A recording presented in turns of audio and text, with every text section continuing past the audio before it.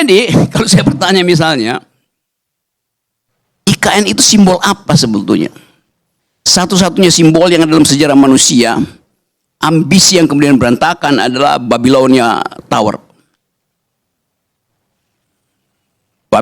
Tower of Babel itu. Kita tahu di dalam cerita itu, pertanyaannya, apakah menara Babilonia itu runtuh karena kedunguan? Dungu artinya tidak bisa lagi bercakap-cakap karena bahasanya diocak-acik oleh satu kekuatan, atau dia runtuh karena ambisi itu? Runtuh karena kedunguan atau runtuh karena kepungahan? Saya akan balik ke situ lagi dulu ya. Saya balik lagi ke IKN tadi itu. Kenapa dari awal saya nggak percaya pada IKN? Karena kalian percayanya lain dengan cara Jokowi memandang IKN. Andrinov menerangkan bahwa demi rasionalitas spasial mesti ada IKN. Oh ya, bagus. Tapi Jokowi nggak lihat itu sebagai alasan dia. Dia lihat itu adalah menara Babel buat dia. Jadi Anda dikacaukan bahasanya oleh seseorang yang punya inspirasi lain tentang Babel, tentang IKN itu. Saya lanjut lagi ya cerita-cerita itu. Satu waktu saya tanya pada Pak JK itu, Pak JK, gimana ceritanya sih kok ada IKN? Kata Pak JK, dukun aja nggak bisa jawab. Tanya Pak JK, karena JK udah pernah ngomong ke saya. Satu waktu saya bercakap-cakap lagi dengan Sultan Hamengkubuwono yang kemudian pakai baju menolak bala. Dia nggak ngerti apa yang ada di situ selain cerita mistik.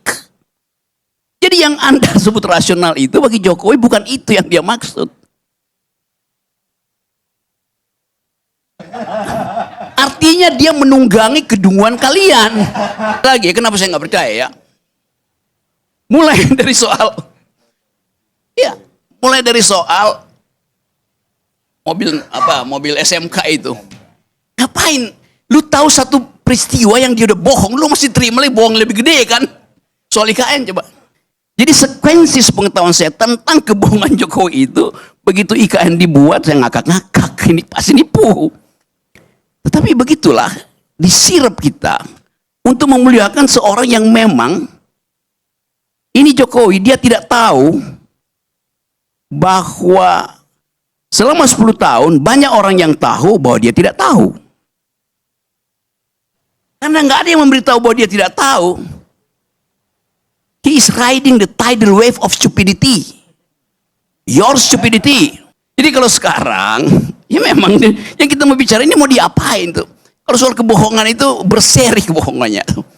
Apa yang baik dilakukan di situ? Bagus tadi usulan Dedi.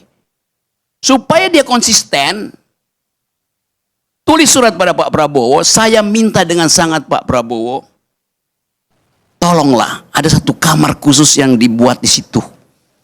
Walaupun anggarannya mungkin cuma 10 miliar atau 100 juta.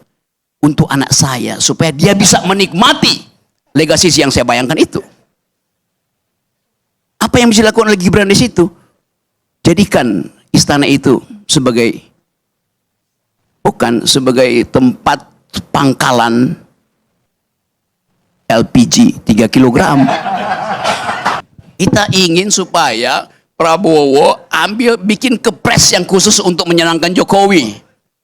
Yunto anaknya itu. Kenapa begitu? Pak Gibran sendiri bilang ada masalah lapor wapres. Kan udah ada kota persoalan lapor wapres. Jadi coba kita lengkapkan kedunguan ini.